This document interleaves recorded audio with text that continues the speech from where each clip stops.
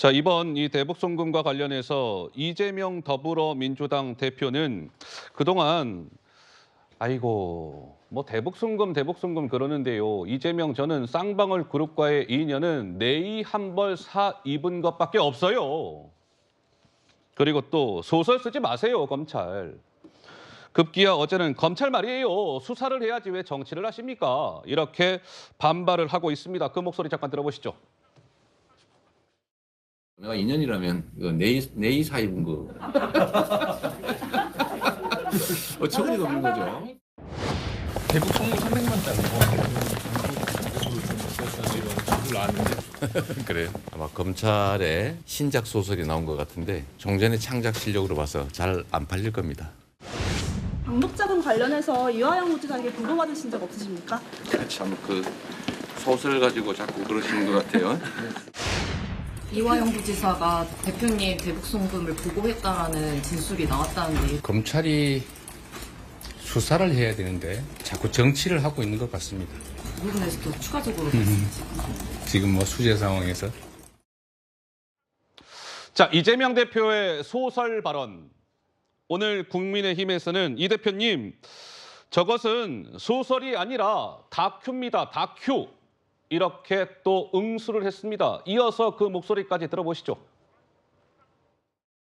검찰이 신작 소설 운운하며 회피하고 싶겠지만 이미 드러난 사실만으로도 이재명 대표의 자전적 다큐라는 사실은 피해갈 길이 없어 보입니다.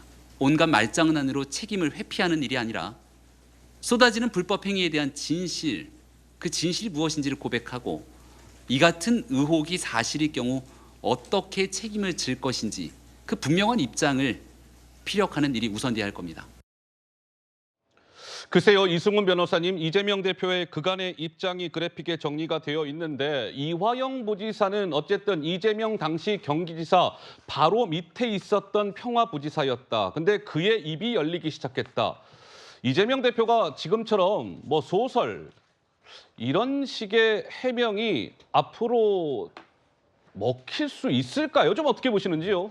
뭐 지켜봐야 되겠습니다만 이화영 부지사가 무죄를 받기 위해서 어떤 활동을 하고 있다 이런 말씀을 아까 서정욱 변호사님이 하셨는데 무죄를 받기 위해서 진실을 말할 수도 있지만 또 허위 사실을 말할 수도 있는 거거든요. 그래서 사실관계를 좀 봐야 될 것 같고요.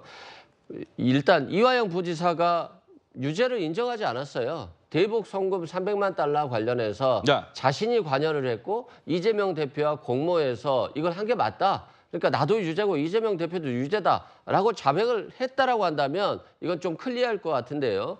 자백을 한 사실이 없어요. 그래서 지금 이화영 부지사가 한 말을 들어보면 자신이 총선을 그만두기 위해서 있을 당시에 쌍방울이 사업상 수백만 불을 썼다. 그래서 내년에 방북이 될 것 같다라고 했는데 사업상 수백만 불을 썼다는 거잖아요. 이재명 대표의 방북 비용을 대납했다라고 진술한 것이 아니라 남북 경협 사업과 관련해서 돈을 썼다라고 이제 해석이 되거든요.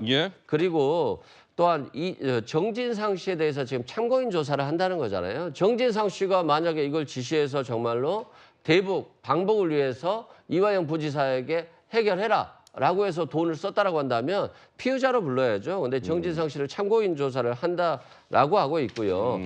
2019년 7월 달에 뭐 이재명 대표에게 돈이 좀 들 것 같다 방북하려면 뭐 이렇게 이게 만약에 진실이라고 치죠. 그러면 이재명 대표나 경기도에서 돈을 낼 것이냐 아니면 어떻게 돈을 만들 것이냐 이것들에 대한 논의가 있어야 되는 거잖아요. 그냥 돈이 들 것 같다 이런 말을 했다는 거니까 뭐 이게 진실 여부는 모르겠습니다만 결과적으로는 쌍방울에서 대납해 줄 것이다 라고 하는 걸 공모한 건 아니라고 하는 것이니까요. 검찰의 수사를 좀 지켜봐야 될 것 같습니다.